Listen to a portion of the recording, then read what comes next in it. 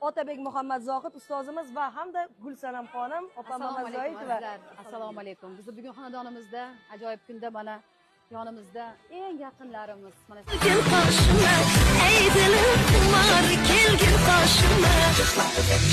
Kelarmisan